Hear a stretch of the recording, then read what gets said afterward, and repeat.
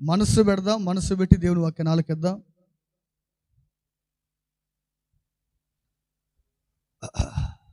సామెతల గ్రంథము 28వ అధ్యాయము, సామెతలు 28:19.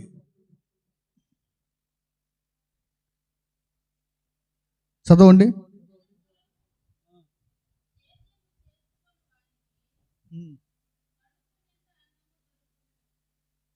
తీశారు అందరూ? సామెతల గ్రంథము 28వ అధ్యాయము 19వ వాక్యం. తన పొలమును సేద్యము చేసుకునేవాడు కడుపు నిండా అన్నము దొరుకును. కడుపు నిండా అన్నము దొరుకును. ఎవరికి కడుపు నిండా దొరికేది? తన పొలమును. అక్కలారా ఎవరు మాట్లాడొద్దు, మనసు పెట్టి ఆలకించండి. ఇప్పటికే భక్తి విషయంలో చాలా వెనకబడ్డాం మనం. మనసు పెట్టి ఆలకించండి. ఏంటంట? తన పొలమును సేద్యం చేసుకునేవాడికి ఏం దొరికిందంట? కడుపు నిండా అన్నము దొరుకును. వ్యర్థమైన వాటిని అనుసరించు వారికి కలుగు పేదరికం ఎంత అంత కాదు. ఎంత అంత అంత దరిద్రులు భూమి మీదకి ఎవరు పుట్టరంట. ఎంత అంత పేదరికం కాదు. ఎవరు అంటే వ్యర్థమైన వాటిని అనుసరించేవారు. చెప్పిన దాన్ని అనుసరించరు, చెప్పిన దాన్ని ఫాలో అవ్వరు, చెప్పబడిన వాక్యాన్ని ఫాలో అవ్వరు. వ్యర్థమైన వాటిని, లోకములో ఉన్న వాటిని, తుచ్చమైన వాటిని, అల్పమైన వాటిని అనుసరించే వారికి కలిగే పేదరికం అంతా ఎంత అంత కాదంట. అది ఊహించలేమంట ఆ పేదరికం. ఎందుకు ఎంత పేదరికం, ఎందుకు ఎంత దరిద్రత, ఎందుకు ఎంత శాపములో మగ్గిపోతున్నారు వీళ్ళంటే వాళ్ళు వ్యర్థమైన వాటిని అనుసరించేవాళ్ళు. చెప్పింది అనుసరించరు, చెప్పిన మాటను ఉపయోగించరు, చెప్పిన ప్రకారం ప్రవర్తించరు. అన్నలారా తలకాయలు కిందలకి వేస్తున్నారు. అయ్యా మయ్యలారా, అమ్మలారా, హల్లెలూయా. ఒకసారి చేతులు పైకి ఎత్తండి, అందరూ 2 చేతులు పైకి ఎత్తండి, ఊపితో చెప్పండి గట్టిగా, బోలో యేసు మహారాజుకే. అయ్యా కుర్చీలో కూర్చున్న వాళ్ళు, పురుషులైన స్త్రీలైనా, మీ మెడకాయలు పక్కన పెట్టద్దు, కళ్ళు తెరిచి వాక్యం అనండి. మీరు పరలోకం పోయి ఎనగాకండి భూమి మీద. అయ్యా ఎక్కడ పోవద్దాం? భూమి మీద ఉండి వాక్యం వినండి. దేవుడికి మహిమ కలుగును గాక. కళ్ళు మూయదన్నా, నేను కళ్ళు మూసింటా అంటే వద్దయ్యా, మాకు అంత త్యాగం వద్దు, కళ్ళు తెరిచానండి. ప్రభు మహిమ కలుగును గాక. మనసు పెట్టి ఆలకించండి. ఎందుకంటే ఇప్పటికే మన భక్తిలో చాలా వెనకబడ్డాం. మనం వెళ్ళవలసిన పరుగు మన వయసుకు తగ్గట్లు పరుగు లేదు, మన కాలానికి తగ్గట్లు పరుగు మనకి లేదు. నీ భక్తి ఎన్ని సంవత్సరాల నుంచి ఉంది, నీ విశ్వాస జీవితం పరిమాణం ఎలాగుందో ఆలోచించు. ఇప్పటికైనా మనసు పెట్టి మనసు పూర్తిగా ఆలకించండి వాక్యాన్ని. ఏమని రాయబడిందంటే అక్కడ,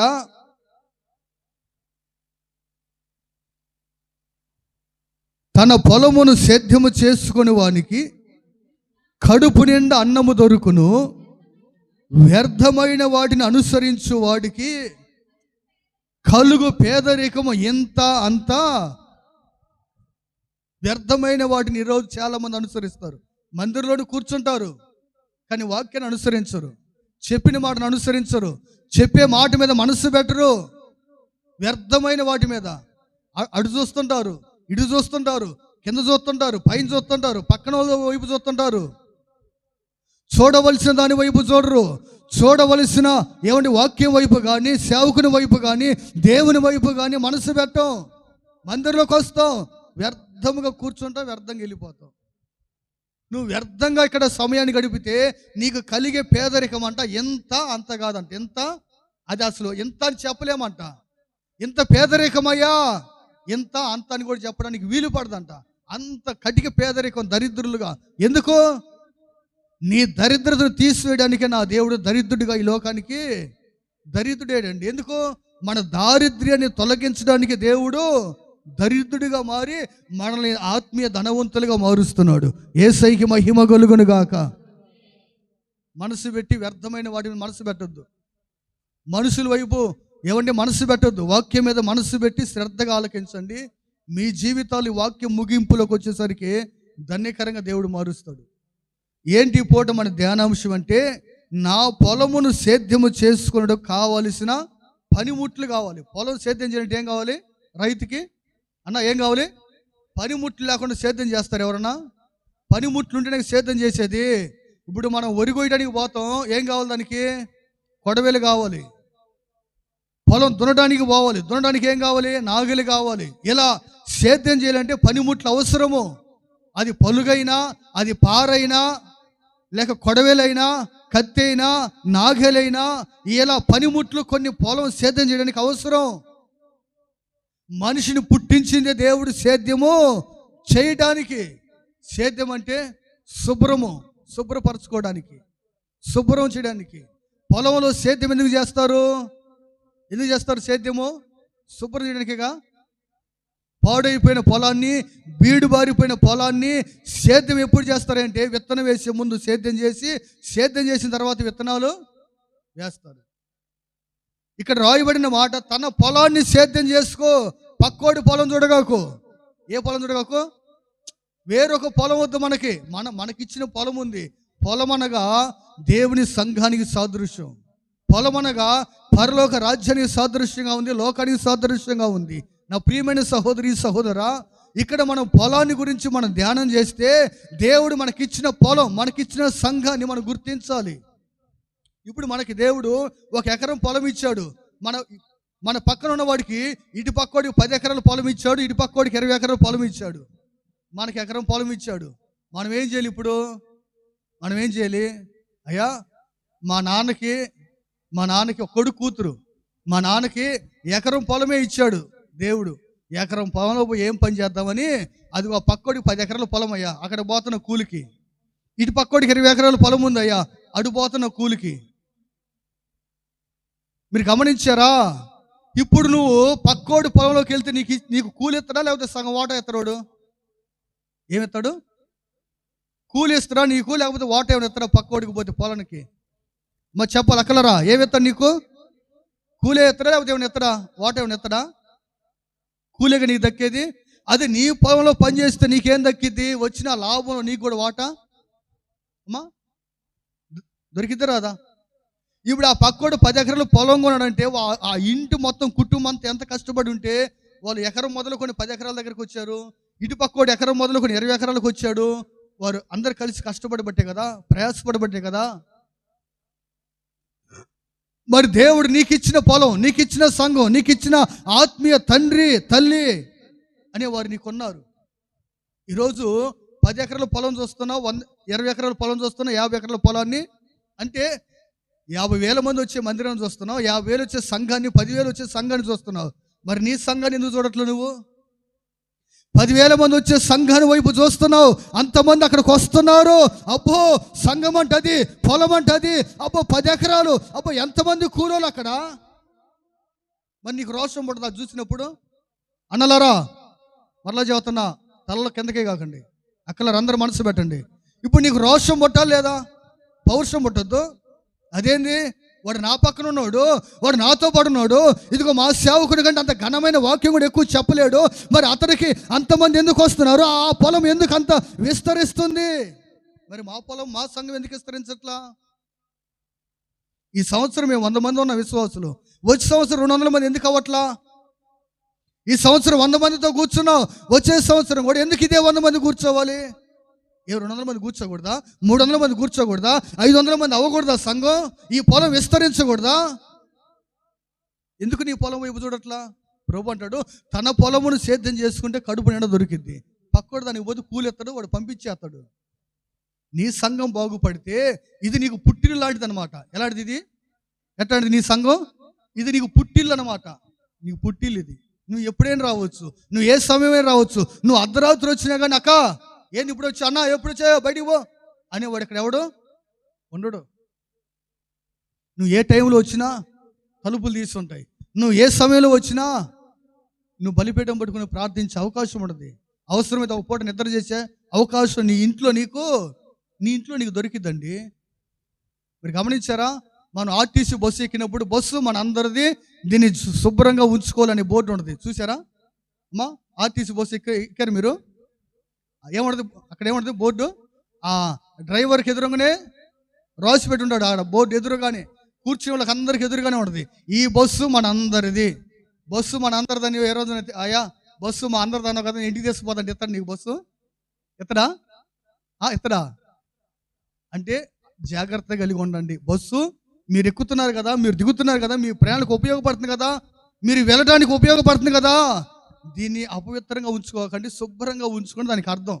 అలాగని నీవు బస్సు చేసుకుని ఇంట్లో పెట్టుకోమని కాదు అర్థం. అలాగే మందిరం కూడా మన అందరిదందని పెత్తనం చేయడానికి కాదు. మందిరం మన అందరిదంటే బస్సులో డ్రైవర్ ఒక్కడే తోలుతాడు, అందరూ తోలుతారా బస్సు? ఎక్కడ ఏ డ్రైవర్ వచ్చేపు దిగో నేను బాడే తను కుదిరిద్దా? మందిరంలో కూడా అంతే. పాస్ గారు మీరు కూర్చొని వచ్చేపు నేను చెబుతా, అయ్యా వాడు కూర్చొని నేను చెబుతా, పెత్తనం ఏందో ఉండకూడదు.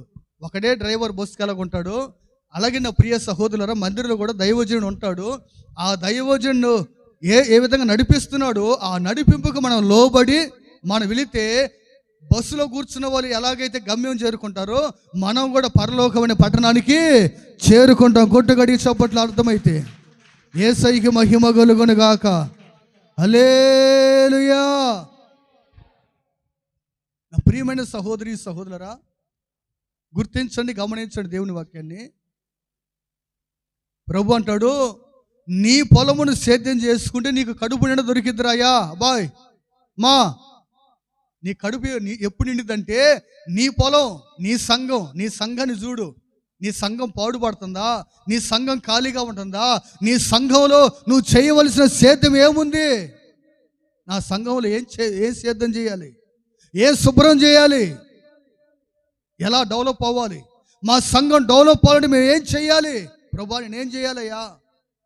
నా సంఘం బాగుపడాలి, నా సంఘం డెవలప్ అవ్వాలి, నా సంఘములో ప్రతి ఆదివారం నూతన ఆత్మలు నేను చూడాలి, నూతన కుటుంబాలు చూడాలి, నూతన కార్యాలు జరగాలి, ప్రతి ఆదివారం సాక్ష్యాలు లేవనెత్తబడాలి. మరి నేనేం చేయాలి? నేనేం చేస్తే నా వంతు నేనేం చేస్తే నా సంఘం దీవెనకరంగా మారిద్ది ప్రభువా? ఎందుకంటే నా సంఘాన్ని, నా పొలమును నేను సేద్యం చేసుకుంటే నా కడుపు నిండా ఆహారం. యేసయ్యకి మహిమ కలుగును గాక. చూడండి, ఆదికాండం 2వ అధ్యాయం 15వ వాక్యం చూడండి. ఆదికాండం 2వ అధ్యాయం 15వ వాక్యం. అలాగే జకరియా 11:15.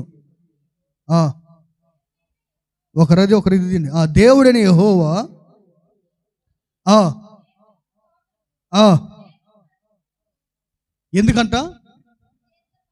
ఎందుకంట సేద్యపరుచుటకు, సేద్యం చేయడానికి ఆదాముని అవ్వలు ఎందుకు పెట్టాడు? ఏదైనా తోటలో అయినా రబాయ్ శుభ్రంగా అన్ని కాయలు తినేసి హాయిగా పండుకొని రా నిద్రపోనని చెప్పాడా?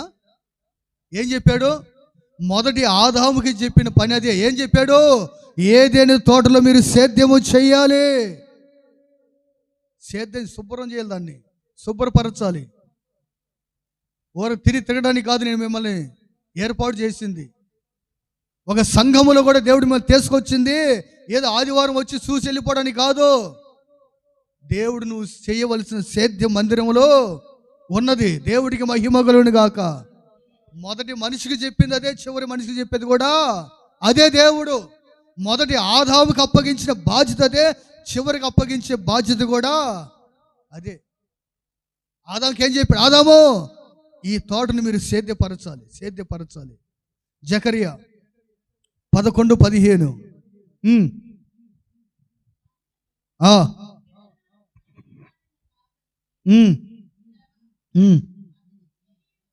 ఎక్కడ? 15. అప్పుడు యెహోవా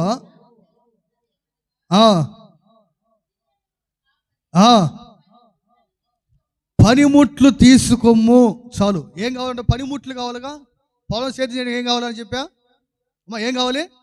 పనిముట్లు కావాలి. ఇప్పుడు ఈరోజు మనం సేద్యం చేయడానికి పనిముట్లు తీసుకోబోతున్నాం. ఇక్కడ నుంచి ఒక్కొక్కరు ఒక్కొక్క పనిముట్టు తీసుకొని వెళ్ళుదురుగాక. ఆమేన్, హల్లెలూయా. ఏం తీసుకొని వెళ్ళాలి? పనిముట్లు కావాలి. ఇప్పుడు మనం సేద్యం చేయాలంటే మనకు పనిముట్లు కావాలి. అందుకే ప్రభు అంటాడు, అయ్యా బుద్ధి లేని కాపరి, బుద్ధి లేని విశ్వాసి, ఒక కాపరి నేనే సరే, నాకైనా పనిముట్లు లేకపోతే సేద్యమో అవ్వదు. మీకైనా పనిముట్లు లేకపోతే చేతులతో సేద్యం చేయడానికి కుదరదు. ఈ చేతుల్లోకి ఏం కావాలి? పనిముట్లు కావాలి. అందుకే బుద్ధి లేని వారి దగ్గర పనిముట్లు ఉండవు. ఏముండవు? బుద్ధి లేని కాపరి దగ్గర, బుద్ధి లేని విశ్వాసి కాడా పనిముట్లుండవు. ఏ పనిముట్లు లేకుండా వస్తాడు మనోడు, రావటం పోవటం. అక్క అన్న పనిముట్లు ఏం లేవు అన్న. ఇంకా పనిముట్లు లేకుండా పని ఏం చేస్తావు? సరే ఇల్లు అక్క ఇంటికి అంటే అన్నా వెళ్ళే ఏం చేస్తావు? పనిముట్లు లేవుగా. రావటం, కూర్చోవడం, నిద్రపోవటం, పోవటం, ఇంతే. ఏంటో లేకపోతే లేదు. శుభ్రంగా దొంపదాకా పొద్దున్నే ఒక కడుపులు వేసుకోవటం ఎంత ఎంత హల్లెలూయా. ఇక్కడ వచ్చి కూర్చోగానే ఫ్యాన్ గాలికి వద్దంటే వస్తాడు. అది ఏంటిది? వద్దు అన్నా కానీ నాకు సిగ్గుపోతుంది. కొద్దిగా ఆగే, బయటికి పోయిందాకా నాగే అంటే అది ఆగదు, సిగ్గులేదు. ఏంటిది? నిద్ర. పాపం ఒక్కొక్క అక్క నలిపి దొంపదాకా రెప్పలు ఎరిపోయేటట్టు నలుపుతున్నారు. ఏందో ఈ మొత్తానికి ఈరోజు చర్య తీసుకున్నాడు ఆయన. శుభ్రంగా వారం హాయిగా కన్ను మోత్తా కన్ను తెరుతున్నా కానీ ఇబ్బంది లేదు. ఎన్నాళ్ళు అట్టే ఉంటారండి నిద్రమొత్తులాగా. అక్కలారా పక్కన కూర్చున్న వాళ్ళు కూడా గమనించండి. కుర్చీల్లో అక్కడక్కడ కూర్చున్న వాళ్ళు కొద్దిసార్లు అటు ఇటు మొక్కలు చూడండి. ఎవరన్నా అట్ట కిందకి పైకి వేస్తానే కొద్దిగా తట్టండి. ఏం చదువుతున్న అంశం? నా పొలము సేద్యము చేసుకుంటే, నా పొలము సేద్యం చేసుకోవడానికి కావలసిన పనిముట్లు, కావలసిన ఏంటో పనిముట్లు? 4 విషయాలు చదువుతారు. ఎన్ని? 4 పనిముట్లు తీసుకొని ఇక్కడ నుంచి వెళ్ళిపోదురు. ఎన్ని పనిముట్లు? 4 తీసుకున్నారు చాలు. దీని దుంపదగ్గర మీకు తిరుగులేదు. కందుకూరు మొత్తం కోసేస్తారు. హల్లెలూయా. కందుకూరులో మొదలు పెడితే 7 మండలాలు 55 గ్రామాలు గర్రని తిరిగి రావాలి. హల్లెలూయా. ఏం కావాలి మనకి ఇప్పుడు? పనిముట్లు అవసరమైంది. దేనికి? పొలం సేద్యం చేసుకోవడానికి. ఏం సేద్యం చేయాలి? పొలం అనగా దేవుని యొక్క సంఘం.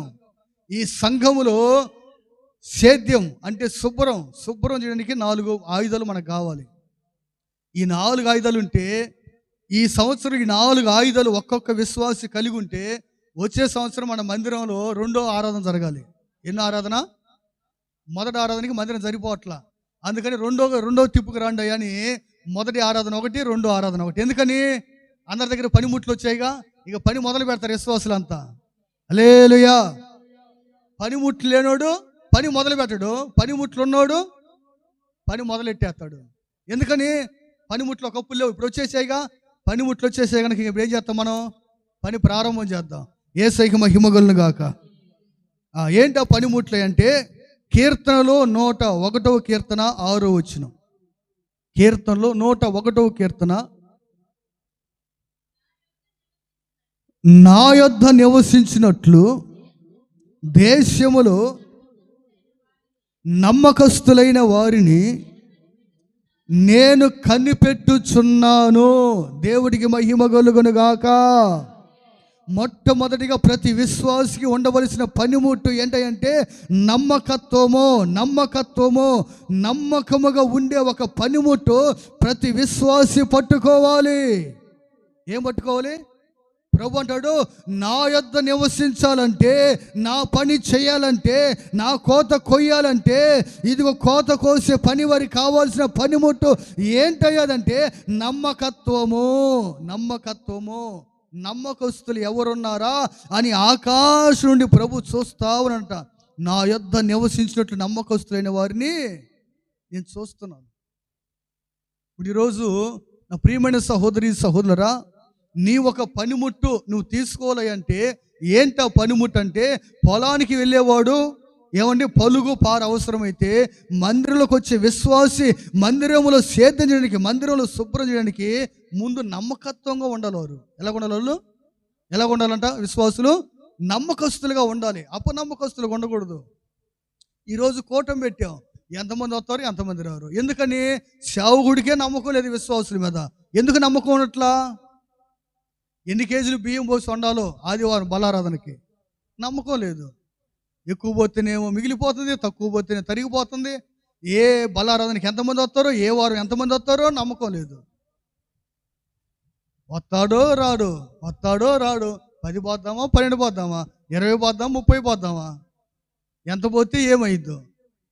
కలరా అన్నా సరిపోదన్న సాంబార్ చూడంటే ఏం చెప్పాలి నాకు అర్థంగా కయ్యోమయ్యకుంటా. ఒక్కోసారి అక్క సార్లు అక్క అంటే సాలు అంటే నేను సాలదు పోయి అంటే 2 బకెట్లే మిగిలిపోతున్నా. ఈ పాస్టర్కి ఎంత కరువు అయిపోయి ఎప్పుడు పోపిస్తానే ఉంటాడు నీళ్ళు. ఏం చేస్తాం మరి? నా బాధ నాది, మీ బాధ మీది. ఏమా నమ్మకస్తులు లేరు, మరి ఏం చేస్తాం? మరి నేనేం చేస్తాను, మీరేం చేస్తారు? ఉండేవాళ్ళైనా నమ్మకస్తులుగా ఉంటే, అయ్యా ఇదిగో మందిరానికి వచ్చే వాళ్ళంతా నమ్మకస్తులు, వారి క్రమం తప్పకుండా మందిరంలో వస్తారనే ఒక ఆశ యజమానికి ఉంటుంది. ఇప్పుడు పొలం వేశాడు, కూలోని పిలిచాడు, ఎంతమంది వస్తారో వారికి నమ్మకం ఉంటే ఆ వచ్చిన వారికి కూలి సిద్ధం చేస్తారు లేదా?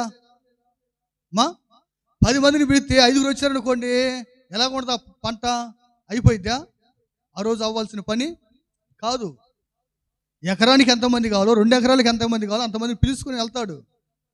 అంతమంది వెళ్ళినప్పుడు ఆ పని అది సక్సెస్గా జరిగింది. అలాగే భక్తి విషయంలో కూడా మొట్టమొదటిగా ప్రతి విశ్వాసకు ఉండవలసిన ఒక ఆయుధం లాంటి పనిముట్టు ఏంటయ్యా?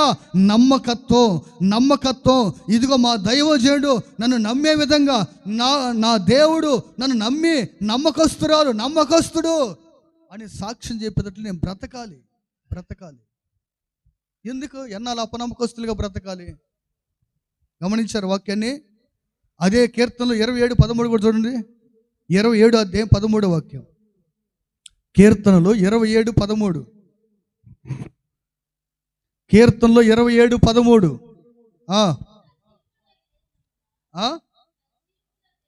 సజీవుల దేశమున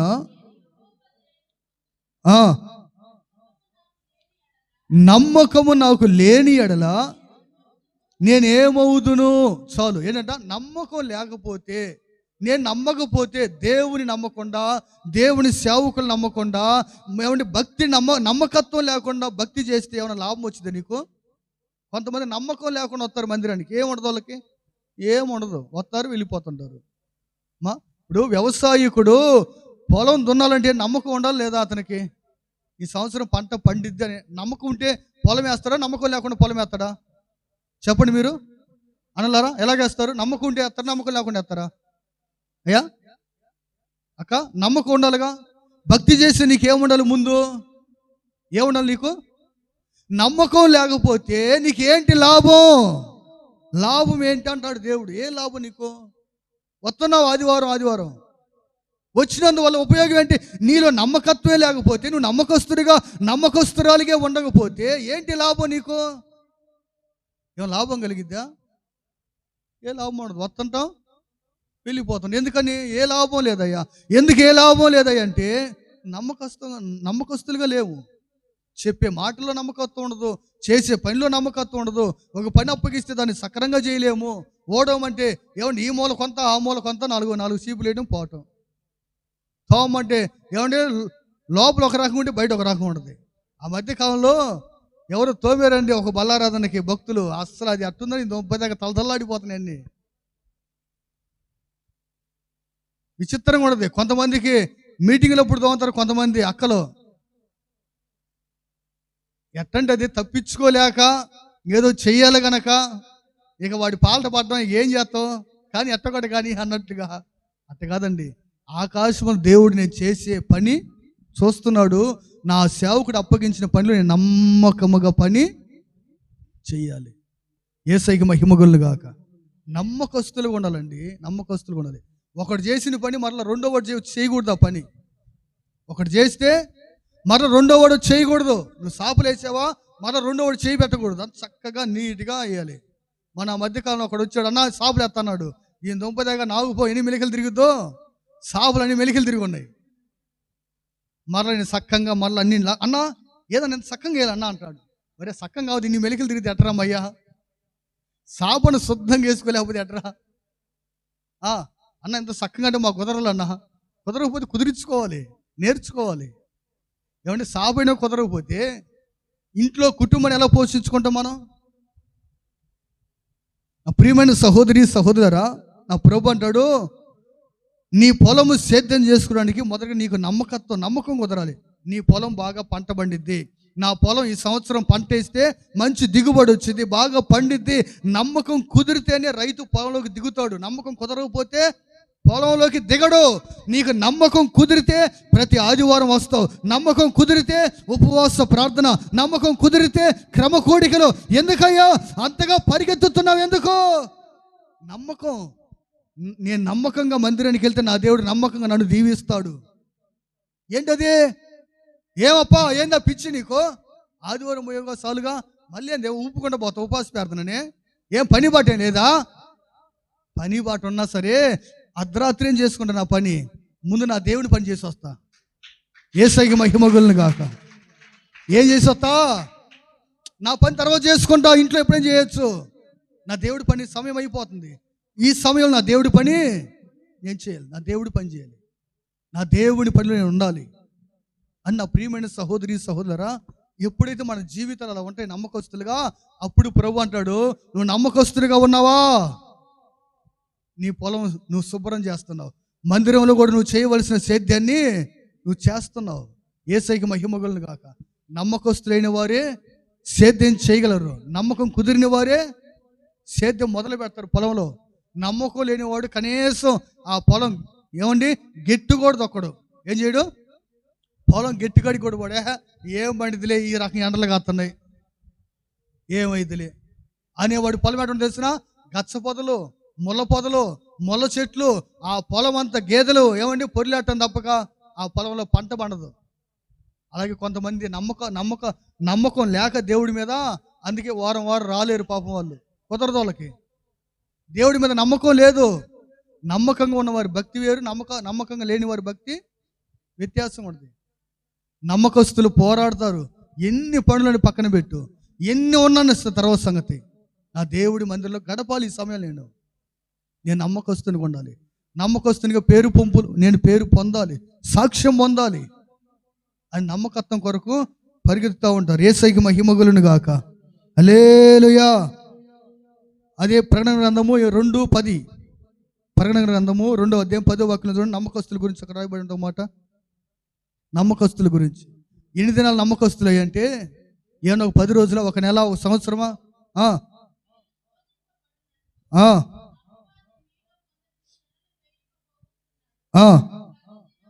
10 దినములు.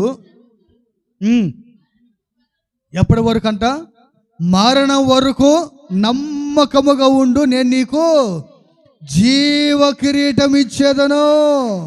యేసయ్యకి మహిమ కలుగును గాక. నమ్మకంగా ఉంటే జీవ కిరీటం నీ తల మీద పెడతాడండి. అక్క, ఈరోజు ఎంత బంగారం కోసం ఈ దుంపదగ్గర రాత్రనక పగలనక ఎండాకి పచ్చాకి ఆయాకి ఈయాకి అక్కడ ఇక్కడ వాడికడ అబద్ధాలు ఈడికడ అబద్ధాలు అని ఎంత కష్టపడాలో ఎంత బంగారానికి. నా దేవుడు జీవ కిరీటమే నీ తల మీద పెడతాడు. నమ్మకముగా మరణం వరకు నమ్మకముగా ఉండు, నేను నీకు జీవ కిరీటం ఇచ్చేదను. ఏ కిరీటం ఎత్తా? ఆ జీవ కిరీటాన్ని పెట్టుకొని అక్కడ పోతుంటే ఆరాధనలో పడుకున్న పాట ఏమని, ఏమవుదును నేనేమవుదును. అసలు తేలియాడుతున్నది మన వ్యవహారం. ప్రభువా అయ్యా, ఈ అల్పురాలకి, ఈ పనికి వాళ్ళ వాడికి భూమి మీద 1/4 కేజీ బంగారం కూడా సంపాదించలేకపోయింది ప్రభువా. రేత్రి మగలు ప్రభువా కష్టపడ్డా కానీ 1/4 కేజీ కూడబెట్టలేడయ్యా. అయ్యా, కేజీ కంటే ఎక్కువగా ఉంది కదా ప్రభు బంగారం. ఎంత అచ్చం బంగారమే కాదు, దాంట్లో మరలా ముత్యాలు, మరలా ఏమండి వజ్రాలు. అసలు ఆ కిరీటం నీ తల మీదకి వస్తే ఎంత తలతల్లాడిపోతుండదో మా. అది పెట్టుకుని ఆ బంగారం వీధుల్లో, ఆ సువర్ణ వీధుల్లో ఆ కిరీటం పెట్టుకుని నువ్వు తిరిగింది దుంపదంగా. అసలు ఏనాడు భాగ్యం అండి అది. రాజులు రాణిల్లాగా పరలోకంలో యేసయ్యకి మహిమగలను గాక. ఒకసారి ఇస్తే మరలా తీయడు. అప్పా ఒకసారి కిరీటం అంటావు. ఎన్ని రోజులు పక్కింటి వాళ్ళకి అడిగి తీసుకున్నావు అనుకో, సాయంత్రానికి పొద్దున్న తీసుకుంటే సాయంత్రానికి అడుగుతారు. కానీ యేసయ్య నీకు ఇచ్చిన కిరీటం ఇక నీ యొద్ద నుంచి తీయబడుతుంది. జీవితకాలం అంతా ఆ పరలోకంలో యుగ యుగాల తరతరాల కిరీటం. ప్రభువా ఎందుకు దానికి ఇచ్చే కిరీటం అంటే, అమ్మా అక్క నీకంటే ఆమె నమ్మకస్తురాలుగా ఉంది. మందిరంలో ఎలాగుంది? నమ్మకస్తురాలుగా ఉంది. ఇప్పుడు మీరు గమనించండి, ఎవరైనా ఆదివారం ఎప్పుడైనా బలారాధనప్పుడు కడిగేవారు లేకపోతే కొన్ని సమయాలు అక్క ఎవరికైనా చెప్పిద్ది. అందరూ చెప్పలేదు. ఎందుకని? ఈ అక్క చెబితే ఏమైతే చేసిద్ది. నమ్మకం కుదిరితే చెబుతారా, నమ్మకం లేని వాళ్ళు చెబుతారా? చెప్పండి, ఎవరు చెబుతారు? నేను కూడా ఎవరికైనా పని చెప్పాను, ఎవరు చెబుతాను? వీళ్ళకి కానీ చెప్పామనుకోండి ఇక బాలే ఉండదు ఆ పని అంటే చెబుతారా? ఎవరైతే నమ్మకంగా ఉంటారో వారికి ఒక బాధ్యతను ఇస్తారు. వారికి ఒక బాధ్యత అప్పగించబడింది. పురుషులైనా స్త్రీలైనా. యేసయ్యకి మహిమ కలుగును గాక. హల్లెలూయా. అందుకని మనం మొట్టమొదటిగా మన దేవుని సంఘములో, దేవుని పొలమని సంఘములో మనకు కావలసిన పనిముట్లు ఏంటంటే నమ్మకత్వం. ఏంటది? ఎందుకది? దేవునిపై, దేవుని సేవకులపై మనకు నమ్మకం ఉండాలి. దేవుని సేవకులపై మనకు నమ్మకం ఉండాలి. నమ్మకం కుదిరితేనే నువ్వు భక్తిలో పర్ఫెక్ట్గా ఉండవు. నమ్మకం కుదరకపోతే పక్క పొలాలపై చూస్తుంటావు. ఏం చూస్తుంటావు? అబ్బో అది 10 ఎకరాల పొలం అంటావు. చాలా మంది ఉన్నారు కూలోళ్ళు, మాకు ఎకరం పొలమే, 10 మంది వస్తారు, ఆడికి 100 మంది వస్తారు. 100 మందిలో పని చేస్తుంటే అసలు ఎంత బాగుండదు. ఈ 10 మంది ఏం చేస్తావు వాళ్ళతో పాటు? నీ తపన ఏంటంటే, 100 మంది చూసినప్పుడు నీ తపన ఏంటంటే, అయ్యా ఆ పొలంలో 100 మంది పని చేసినప్పుడు నా పొలంలో, మా సంఘంలో ఎందుకని అంతమంది లేరయ్యా? మన రోమాలు కూడా నిక్కపరుచుకోవాలి. కొన్ని సమయాలు, కొన్ని సందర్భాల్లో కొంతమంది సేవకులు చూస్తే నాకు నిద్ర పట్టదు. కొంతమంది అంటూ ఉంటారు, అయ్యా మొన్న ఒక పాస్టర్ గారు అన్నాడు, మొన్న మధ్య ఫోన్ చేశాడు, 7 రోజులు ఉపవాసం ఉంటున్నాను, ఆ సమయంలో ఫోన్ చేసినప్పుడు అన్నాడు, అన్నా ఎందుకు నీకు అంత 7 రోజులు ఉపవాసం ఎందుకు అంటే, ఏదో తృప్తి లేదు బ్రదరు, ఏదో ఉందాం అనుకుంటున్నాను, ఆత్మల కోసం రక్షించబడాలి, పట్టణం పాడిపోతుంటే. నీకన్నా ముందు వచ్చారు చూడు, కందుకూరులో చాలామంది సేవకులు ఉన్నారు, 20 సంవత్సరాలు చేస్తున్నారు, 30 సంవత్సరాలు చేస్తున్నారు. ఏదో 20 మంది 10 మంది చేస్తుంటే దేవుడు నిన్ను కనికరించి అంతమంది ఇస్తే ఇంకా తృప్తి లేకపోతే అట్ట? నీకు ఏం లేకపోతే అట్ట? తృప్తి ఉంది బట్టే ఆ అయ్యగారు 20 మంది చేస్తున్నాడు. నాకన్నా 2 సంవత్సరాల ముందు సేవకు వచ్చాడు, ఇప్పటికి 20 మంది అంత సగం కూడా ఉండదు, మందిరం చిన్నగా ఉండదు. నేను అంటాను, ఎందుకని? దేవుడు వాళ్ళకైనా ఇచ్చేది 10 ఎకరాల పొలం, మనకెందుకు ఇవ్వడు? ఇత్తడు. వాళ్ళకైనా 100 మంది ఇచ్చింది, మనకెందుకు ఇవ్వడు? వాళ్ళకైనా 1000 మంది ఇచ్చేది, మనకెందుకు ఇవ్వడు? రోషం పుట్టాలి మనకి. యేసయ్యకి మహిమ కలుగును గాక. ఎవరి పొలం మీద వారికి, ఎవరి సంఘం మీద వారికి ఒక రోషం, ఒక వైరాగ్యం రావాలి. నా పొలం శుభ్రం అవ్వాలి, నా పొలం సేద్యం చేయాలి. చేయడానికి నాకు ముందు నమ్మకత్వం కుదరాలి. నా పొలం మీద ఏం కుదరాలి? నీ పొలం మీద, నీ సంఘం మీద, నీ సేవకుడి మీద, నీ దేవుడి మీద నీకు ఒక నమ్మకం కుదరాలి. నమ్మకం కుదరకపోతే నువ్వు చేయలేవు. గుర్తుపెట్టుకో, నీకు నమ్మకం కుదరకపోతే నీకు పక్క పొలాలు చూస్తావు. నమ్మకం కుదిరావా, ఈ పొలంలో ఇది ఎలా డెవలప్ చేయాలో నీకు ఆలోచన వచ్చింది. ఏ విధంగా దీన్ని సేద్యం చేయాలో, ఏ విధంగా శుభ్రం చేయాలో ఆలోచన వచ్చింది. యేసయ్యకి మహిమ కలుగును గాక. రెండో మాట, యాకోబు రాసిన పత్రిక 5వ అధ్యాయం 7వ వచనం. యాకోబు రాసిన పత్రిక 5, 7, 8 వచనం చూడండి. ఎవరు మాట్లాడొద్దు అక్కలారా, మనసు బిడ్డ ఆలకించండి వాక్యాన్ని. యాకోబు రాసిన పత్రిక 5వ అధ్యాయం 7వ వాక్యం. సహోదరులారా, ప్రభు రాకడ వరకు ఓపిక కలిగి ఉండుడి.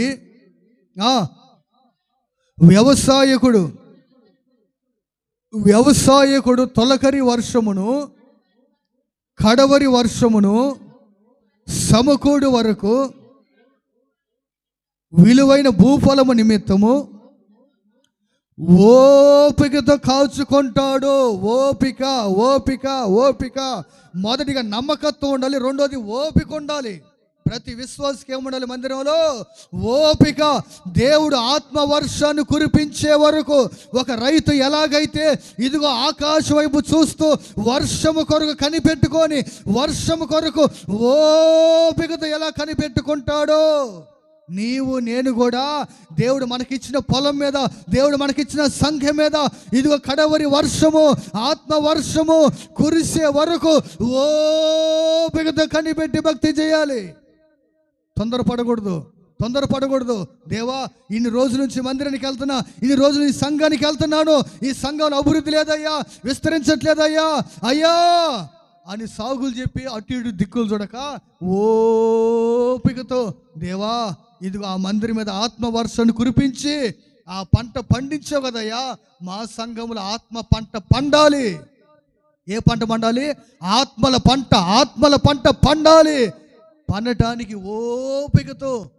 ఓపికతో కనిపెట్టుకొని ప్రార్థన చేస్తూ ఉండాలి. దేవా, మా సంఘం మీద కూడా ఆత్మవర్షాన్ని కురిపించయ్యా. ఏ వర్షం కురవాలి?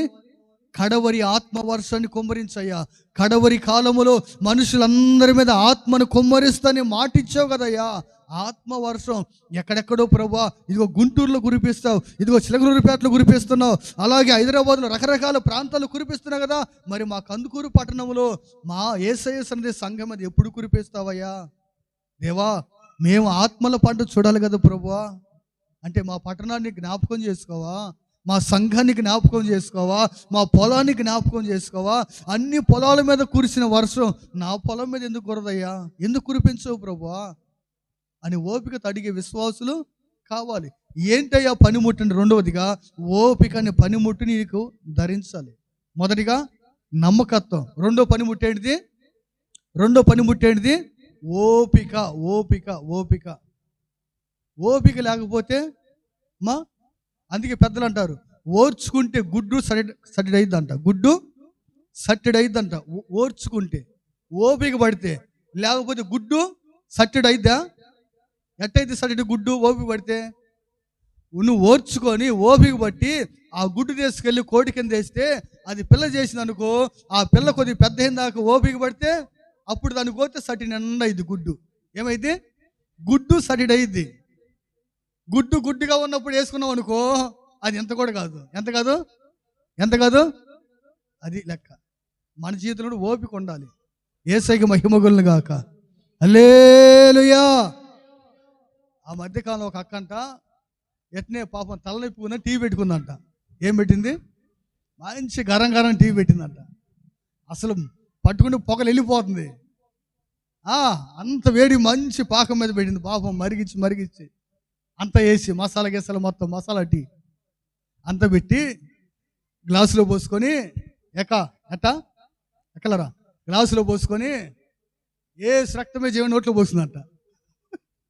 ఏం చేసింది? మొత్తం అలా ఒకసారి పోస్తుందంట. ఇక చూడండి, ఇక గంతులు పరిగెత్తను, ఈ దొంపదగా నోరంతా నేలకంతా కాలిపోయి ఏం చేయాలని అర్థం కాక. ఎందుకని? కొద్దిగా చల్లారిన దాకా ఓపిక పట్టలేక. ఏం పట్టలేక ఒకరు కడుపాత్ర పోలు బిర్యానీ చేసుకుంటారా, అది పొగలు వెళ్తుంటది, కూర పొగలు వెళ్తుంటది, దుంపదాకా పెట్టడం ఆల్చం ప్లేట్లో ఆంధ్రుడు చేయి పెడతారుగా. అది కాదు దానికి, అబ్బా ఏంది ఎంత తేడిగా ఉంది, నిన్ను ఓడి పెట్టమని చెయ్యి అప్పుడే కొద్ది ఆగరాదు. పెట్టిన పాటినే చెయ్యి పెట్టకపోతే ఏమి, అంత ఓపిక లేకపోతే ఎట్ట? ప్రభు అంటాడు రెండవ పనిముట్టు ఏంటంటే మనకి ఓపిక. ఏముండాలి? ఈరోజు కుటుంబాలు ఎందుకు భార్య భర్తల మధ్య గొడవలు? ఓపిక లేక. ఏమి లేక? తాగొత్తేనేమో ఏం ఓపిక పడదు, ఏ విధంగా మాట్లాడితేనేమో అయ్యగారికి ఓపిక ఉండదు.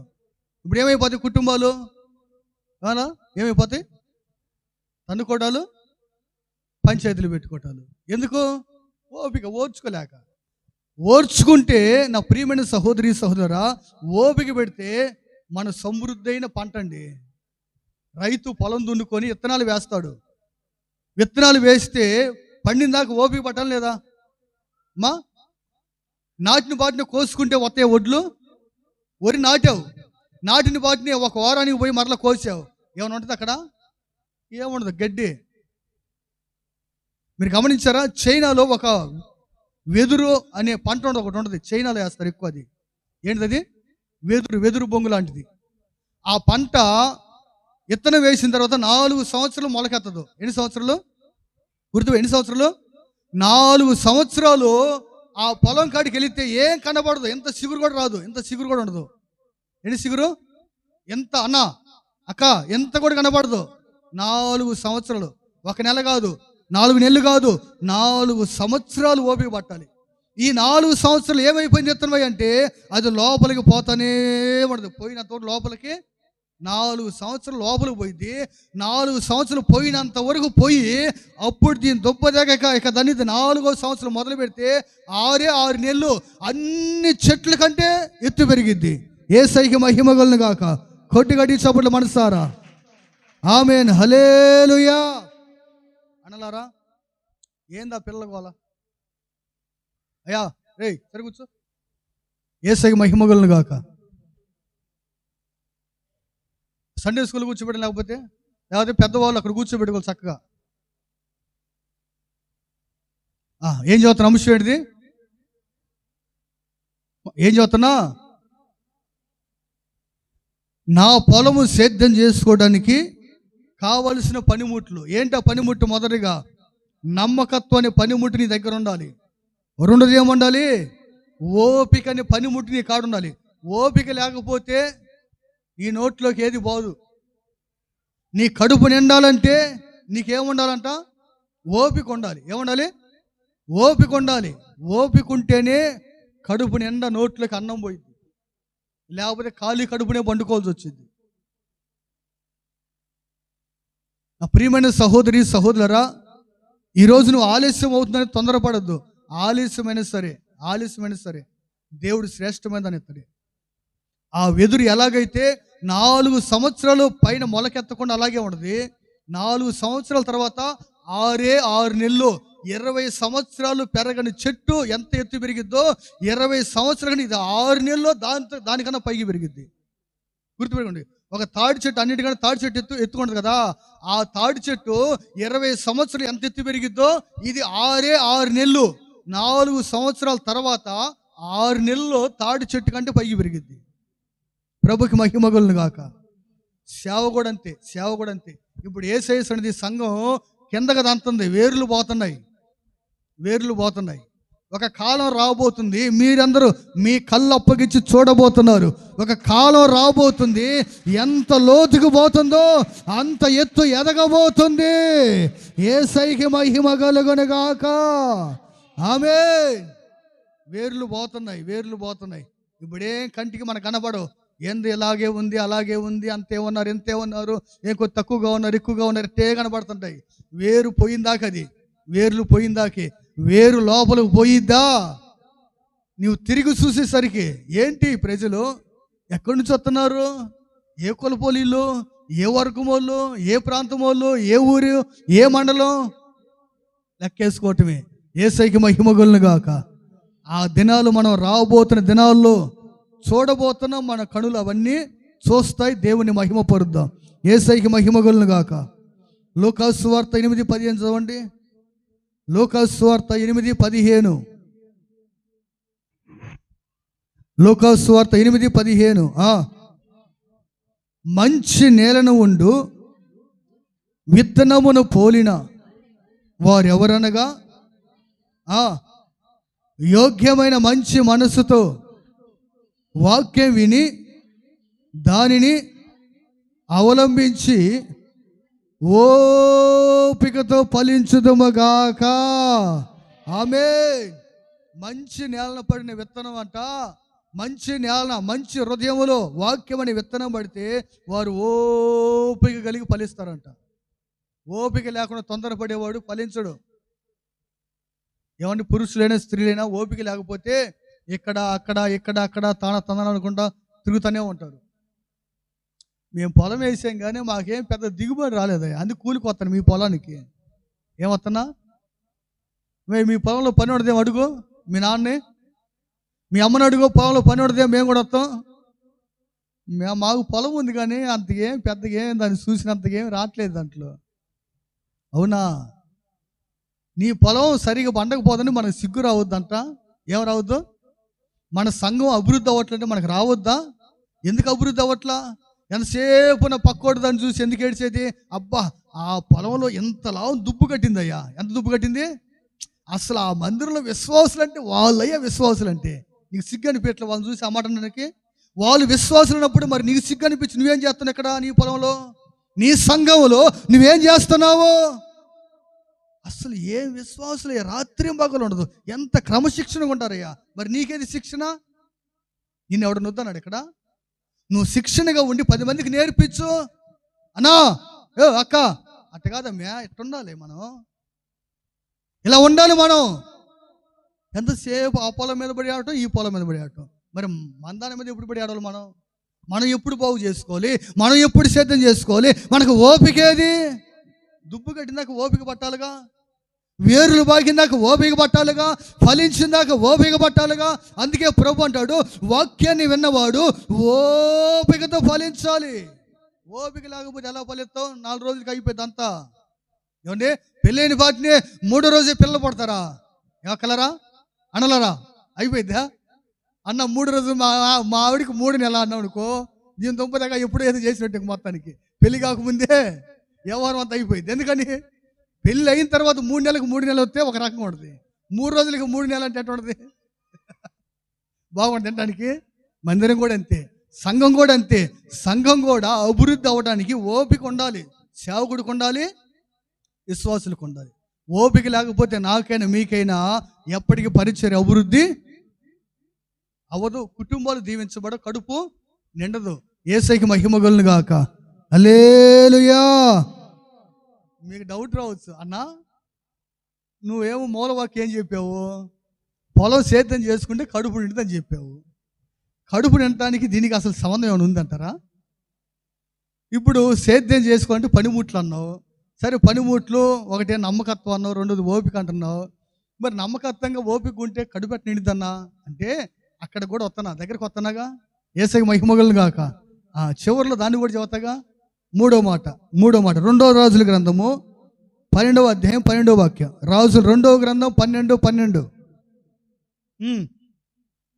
రాజులు 2వ గ్రంథం 12వ అధ్యాయం 12వ వచనం.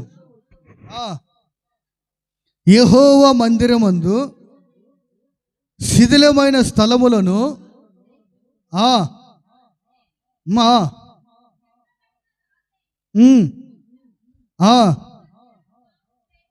మందిరం బాగు చేయుటలో అయిన ఖర్చు అంతటికి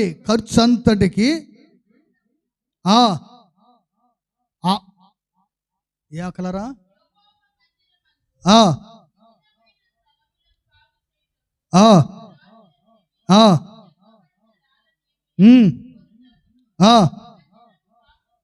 మందిరం బాగు చేయుటలో అయిన ఖర్చు అంతటికి ఆ ద్రవ్యము ఇచ్చుచు వచ్చిరి. దేవుడికి మహిమ కలుగును గాక.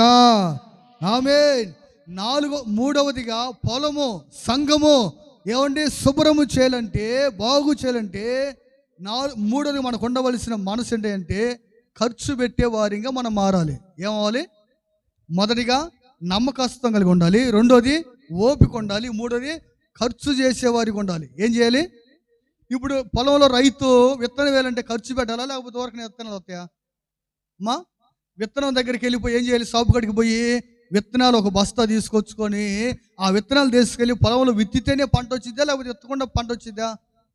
చెప్పాలి ఎలాగొచ్చింది? అలాగే మన పొలం సేద్యం చేసుకోవడానికి, మన సంఘంలో మనం సేద్యం చేయడానికి, మూడవదిగా మన జీవితంలో మనకు ఉండవలసిన పనిముట్టు ఖర్చు పెట్టే మనస్సు మనకు ఉండాలి. ఏ మనసు ఉండాలి మనకి? అందరూ చెప్పండి, ఏ మనసు ఉండాలి? ఖర్చు పెట్టగలగాలి. నీ ఇంట్లో ఎంత ఖర్చు పెడుతున్నావు లేదా? నీ ఇంట్లో, నీ మందిరంలో కూడా నువ్వేం చేయాలి? నీకు ఇచ్చిన పొలంలో, నీకు ఇచ్చిన సంఘములో నువ్వేం చేయాలి? ఖర్చు ఎంత ఖర్చు పెడుతున్నావు లెక్కయ్యి. నీ ఇంటికి ఒక నెలకి ఎంత ఖర్చు అవుతుంది? కనీసం దాంట్లో 10వ వంతైనా ఖర్చు పెడుతున్నావు. మందిరంలో 90% నీ ఇంట్లో ఖర్చు పెట్టుకో, దాంట్లో 10వ వంతైనా దేవుడి మందిరంలో ఖర్చు పెట్టగలుగుతున్నావా? అది ఆలోచించు. ఎందుకు డెవలప్ అవ్వట్లే నీ మందిరం? ఎందుకు ఎక్కడ పని అక్కడే ఉంటుంది? ఎందుకు ఎక్కడ అక్కడే బూజు పెట్టిపోతుంది? ఎందుకు జరగవలసిన జరగట్లేదు? కారణం ఏంటంటే ఖర్చు చేసేవారు, ఆ పనిముట్టు కలిగిన వారు లేరు మందిరంలో. మొదటిగా సేద్యం చేసేవాడికి ఉండవలసిన పనిముట్టు నమ్మకం ఉండాలి, రెండోది ఓపిక ఉండాలి, మూడోది ఆ రైతు ఖర్చు పెడతాడు పొలానికి. ఏం చేస్తాడు? పొలంలో కడుపు నిండాలంటే ఏం చేయాలి? రైతు ఖర్చు పెట్టి విత్తనాలు తీసుకొస్తాడు, ఖర్చు పెట్టి పొలాన్ని దున్నిస్తాడు, ఖర్చు పెట్టి పొలాన్ని శుభ్రం చేయిస్తాడు. ఆ పొలం శుభ్రం అవ్వాలంటే ఏమవ్వాలి?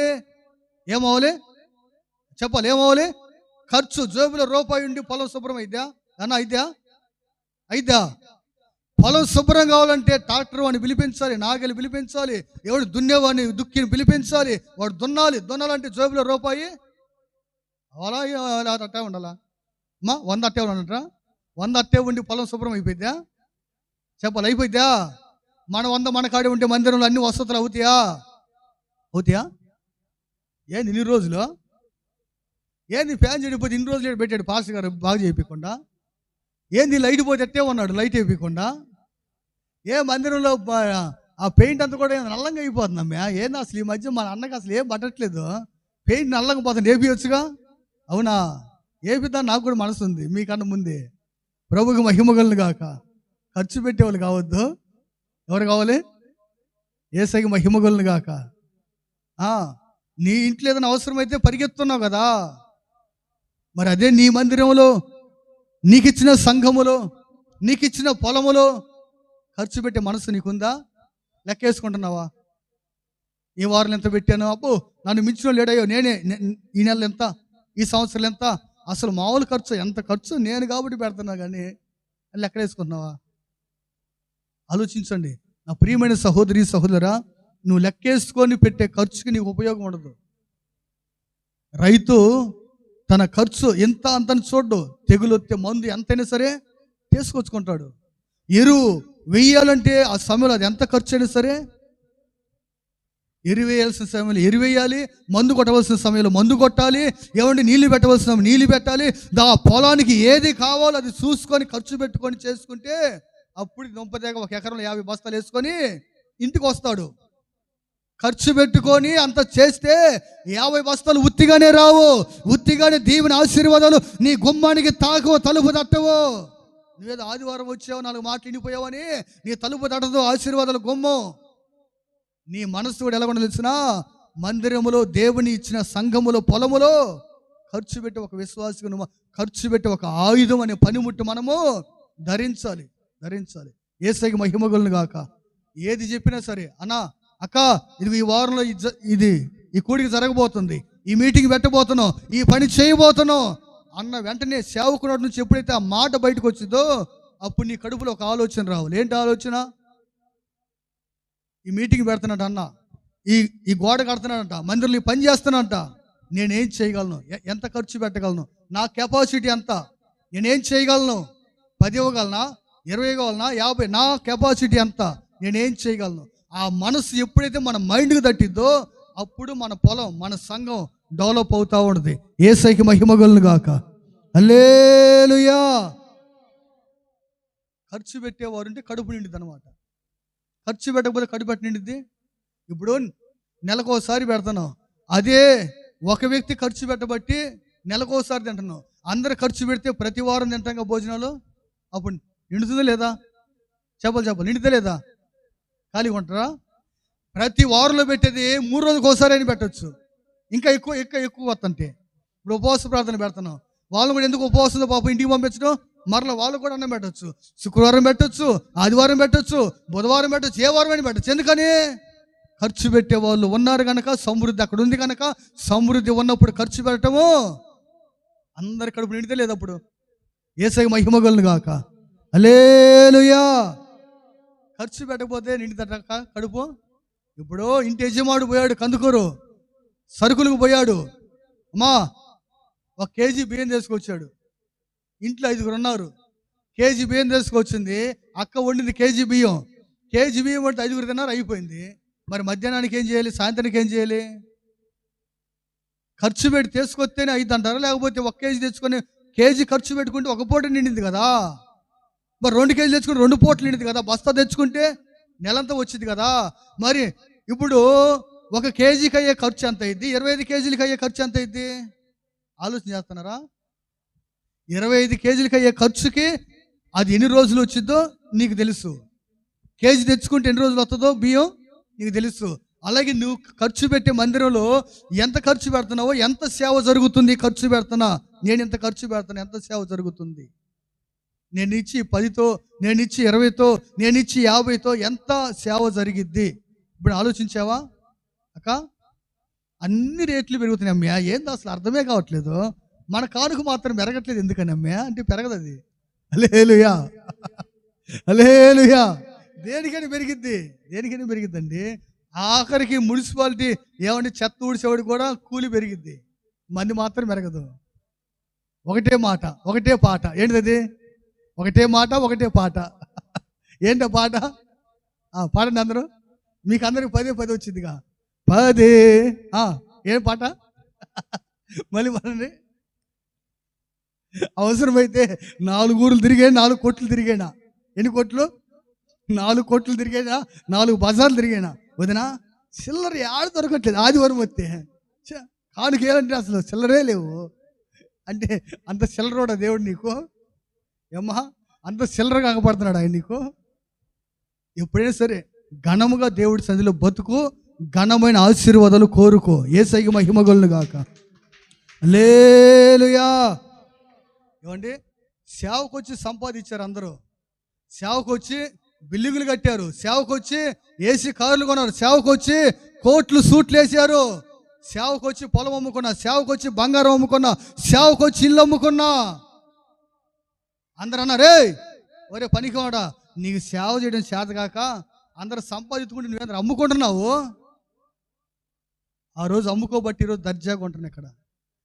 ఏమండి, సిగ్గుపడకుండా చెబుతున్నా. 100 మంది, కొంతమంది అనుకుంటారు సేవ చేయట్లే, వ్యాపారం చేస్తున్నాను, సేవ చేస్తున్నాను. పరలోకపు తండ్రికి భూమి మీద నాకు తెలుసు. బలిపీఠం నిలబడి చెబుతున్నా, బలిపీఠం ముందు చెబుతున్నా. ఇప్పుడు కాదు, చచ్చే వరకు ఇదే మాట చెప్పగలను. ఏమని? ఏ రోజు ఏ ఆస్తి కొరకు, ఏ అంతస్తుల కొరకు ఆశించిన బ్రతుకు కాదు. ఏ కూడికి పెట్టినా, ఏ ప్రార్థన పెట్టినా, ఏమో అందించారు పట్టణరా కానుకలు అనేది ఏమి ఉండదు. రావటం పోవటం. మీకు అనుకూలమైతే ఆడేయటం, అనుకూలంగా లేకపోతే వెళ్ళిపోవటం. 2 విషయాలు. ఏం జరగదు, ఎవరికే బలంతో ఉండదు. ఇది పెడతాను, అది చేస్తాను ఏమి ఉండదు. చేసేది చెబుతాను. దానికి అనుకూలమైన వారు, మనసు కుదిరిన వారు, ఖర్చు పెట్టగలిగిన వారు పెడుతున్నారు, పెట్టని వారు అలాగే వెళ్ళిపోతున్నారు. అలాగని ప్రభు పని జరగట్లేదా? జరిగిన కానీ జరిగిద్ది. అందరు ఖర్చు చేస్తే ఇంకా ఎక్కువ జరిగిద్ది. ఇప్పుడు కొందరే చేస్తున్నారు కనుక కొంతే జరిగిపోతుంది. యేసయ్యకి మహిమ కలుగును గాక. ఇంకా విస్తారమైన పరిచర్య చేసే కృప దేవుడు దయచేయును గాక. ఇంకొక మాట చెప్పి ముగిచ్చేస్తా చూడండి. 1 కొరింథీ పత్రిక 3:8. కొరింథీ మొదటి పత్రిక 3:8.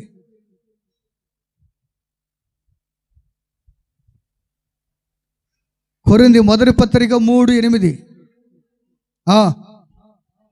నాటువాడు నీళ్లు పోయేవాడును ఒకటే, ప్రతివాడు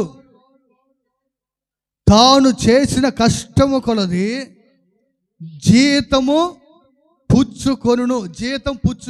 చాలు, తలపైకి ఎత్తండి. 4వదిగా మనకు ఉండవలసిన పనిముట్టు ఏంటంటే కష్టపడే పనిముట్టు ఉండాలి. కష్టపడే మనసు అనే పనిముట్టు మనకి ఉండాలి. దేవుడు నీకు ఇచ్చిన మందిరంలో, దేవుడు నీకు ఇచ్చిన పొలమని సంఘములో నువ్వు ఏం కష్టపడుతున్నావో, ఏం కష్టం చేస్తున్నావో, ఎంత కష్టపడుతున్నావో ఏ రోజైనా ఆలోచించావా? పొలానికి వెళ్ళేవాడు కాలు మీద కాలు వేసుకుంటే పొలంలో జరగదు. ఆ పొలంలో ఏం చేయాలి? నీళ్ళు పెట్టవలసినప్పుడు నీళ్ళు పెట్టాలి, ఎరువేయాల్సినప్పుడు ఎరువేయాలి, దున్నవలసినప్పుడు దున్నాలి. ఏం చేయాల్సినప్పుడు అది అంటే కష్టం చేయాలి. ఏం చేయాలి? పొలంలో అక్క ఏమేం చేయాలి? సేద్యం, కష్టం. మొదటిగా పొలం చేసేవాడికి నమ్మకత్వం ఉంటుంది. 2వది పొలం చేసేవాడికి ఓపిక ఉంటుంది, సేద్యం చేసేవాడికి. 3వది ఏముంటుంది? ఖర్చు పెట్టే మనసు ఉంటుంది. 4వది ఏముంటుంది? సేద్యం చేసేవాడికి ఏం చేయాలి? కష్టపడే మనసు ఉంటుంది సేద్యం చేసేవాడికి. ఆడందరూ పొలంలో పని చేస్తుంటే ఇంటికాడ ఎవరి కాలు మీద కాలు వేసుకొని టీవీ చూసుకుంటా తింటా శనక్కాయలు చెకుడులు పొక్కుడిలో ఉండడు. ఆడందరూ పొలంలో పని చేస్తూ ఉంటే, పొలంలో పని చేస్తా కష్టపడతా ఉంటే ఇంట్లో కూర్చొని కాలు మీద కాలు వేసుకొని అబ్బా ఏడిగా మిరపకాయ బజ్జీలు చేసుకొని ఓ పక్క సినిమా, మరో పక్క సీరియలు. ఏదో నువ్వు కూడా బాధ ఉపవాస ప్రార్థన. మన పాస్టర్ అన్నా ఏం పోతుంది? ఏం ఉపవాస ప్రార్థనలో కమ్మని సినిమా అవుతుంది కదా. ఏమవుతుంది? కమ్మని సినిమా. అబ్బా ఎంత కమ్మగా ఈ సినిమా చూసిద్ది, హాయిగా నవ్విద్ది. అయిపోయిన పాటనే ఎంత ఏడ్చిద్దంటే అంత ఏడుపు, ఎంత బాధ అంటే అంత బాధ. ఎందుకని? పొలంలో పని జరుగుతుంది, ఇక్కడ ఉపవాస ప్రార్థన జరుగుతుందో, క్రమకొడిగా జరుగుతుందో, ఆరాధన జరుగుతుందో. ఇంట్లో నువ్వు ఎలా కూర్చుంటున్నావు? పొలంలో పని జరిగేటప్పుడు ఇంట్లో ఖాళీగా ఎలా ఉంటున్నావు? అయ్యో సేవకులు కష్టపడుతున్నారు, నా తండ్రి కష్టపడుతున్నాడు, నా తల్లి కష్టపడుతుంది, ఇదిగో కొంతమంది బిడ్డలు వెళ్ళి కష్టపడుతున్నారు, నేను కూడా కష్టపడాలి. కష్టపడితే నా పొలము బాగుపడిద్ది, నా సంఘం బాగైద్ది, నా సంఘం క్షేమాభివృద్ధి చెందిద్ది. నేను కష్టపడాలి. మీటింగ్లు రాబోతున్నాయి, వాల్ పోస్టులు వేయాలా, ఊరు తిరిగి క్యాన్వాస్ చేయాలా, 10 మందిని పోగు చేసి తీసుకొని రావాలా. ఎవడు చేసే కష్టం వాడు చేస్తే కదా ఫలభరితంగా మారేది. యేసయ్యకి మహిమ కలుగును గాక. హల్లెలూయా. నీళ్ళు పెట్టావు, నీళ్ళు పెట్టాలి. ఎరివేసేవాడు ఎరివేయాలి. ఊడ్చేవాళ్ళు ఓడవాలి. కడిగేవాడు కడగాలి. తోమేవాడు తోమాలి. తీసుకొచ్చేవాడు తీసుకొని రావాలి. ఇలా ఏది చేసేవాడు అది చేస్తే కదా ఫలభరితంగా మారేది. దేవుడికి మహిమ కలుగును గాక. హల్లెలూయా. కష్టపడే లేకుండా సోమరులు అందరూ 100 మంది పోగెత్తే మందిరంలో ఏం చేస్తారు పాస్టర్ గారు? ఏం చేయాలి? పాత మందిని కడితేప్పుడు ఒక్క కుటుంబం నెల పని చేశారు. ఎన్ని రోజులు? నెల. ఇంటిల్లపాది, తన భర్త, తన భార్య, తన బిడ్డలు.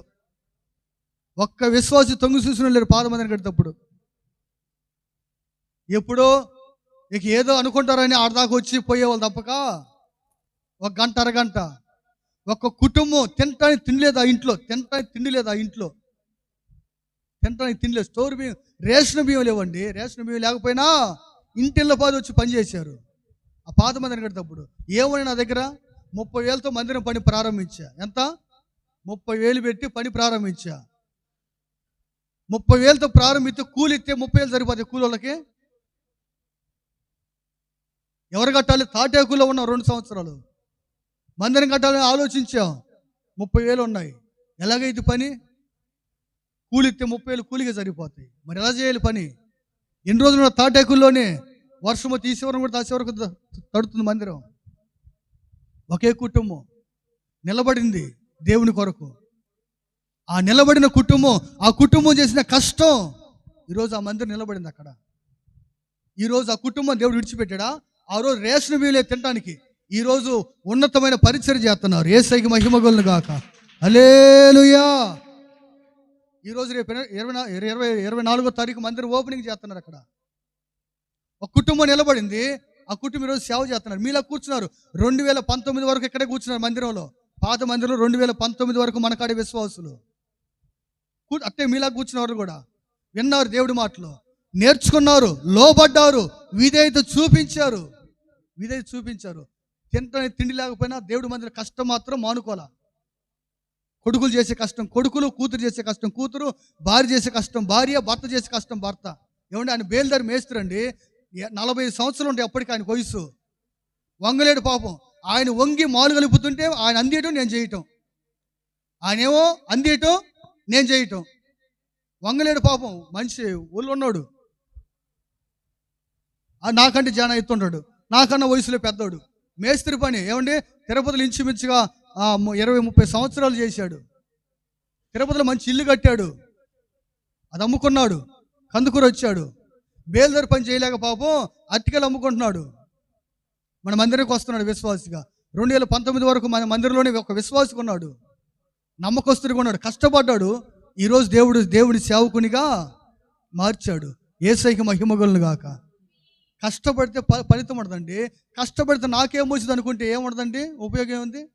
నీ ఇంట్లో కష్టపడు, దేవుడు నీకు ఇచ్చిన పొలంలో, దేవుడి సంఘంలో కూడా కష్టపడు. ఇక్కడే కష్టపడమంటలా, నీ ఇంట్లో చేయవలసిన బాధ్యత చెయ్యి, అలాగే మందిరంలో చేయవలసింది కూడా చెయ్యి. సోమవారులు ఎందుకు తయారవుతారు? మందిరంలో వచ్చి పోయి హాజరేపించడానికి మీరు వస్తుంది. ఇది మార్కెట్ కాదు, సంత కాదు, జీవము గల దేవుని ఆలయం ఇది. పరిశుద్ధుడు పవిత్రుడు ఇక్కడ సంచరించే స్థలం ఇది. నువ్వే కష్టపడగలవు, ఏం చేయగలవు, దేనికి ఉపయోగపడగలవు, దాంట్లో కష్టపడి మనసు ధరించు. అప్పుడు సంఘం ఇది కాదు. ఏమండి దీనికంటే దీన్ని బాబమ్మని కట్టబోతున్న రాబోతున్న దినాల్లో. యేసయ్యకి మహిమ కలుగును గాక. హల్లెలూయా. ఇది కాదు, మీరు చూసేది కొంచెమే. కష్టపడి మనసు ధరించాలి మనం. ఎన్నాళ్ళు మందిరంలో సోమరులుగా ఉంటావు, రేపు దేవుడిని అడుగుతాడు, ఏం చెబుతావు? నా మందిరంలో ఇన్ని సంవత్సరాలు విశ్వాసిగా ఉన్నావు, నా మందిరం అభివృద్ధి కొరకు, నా మందిర క్షేమం కొరకు నువ్వేం చేసావు? ఏం చెబుతావు? అయ్యా వచ్చానయ్యా, పోయానయ్యా, వచ్చానయ్యా, మళ్ళీ ఇంటికి అని చెబుతావా? ఏం కష్టం చేశాను చెబుతావు? నీ జీవితం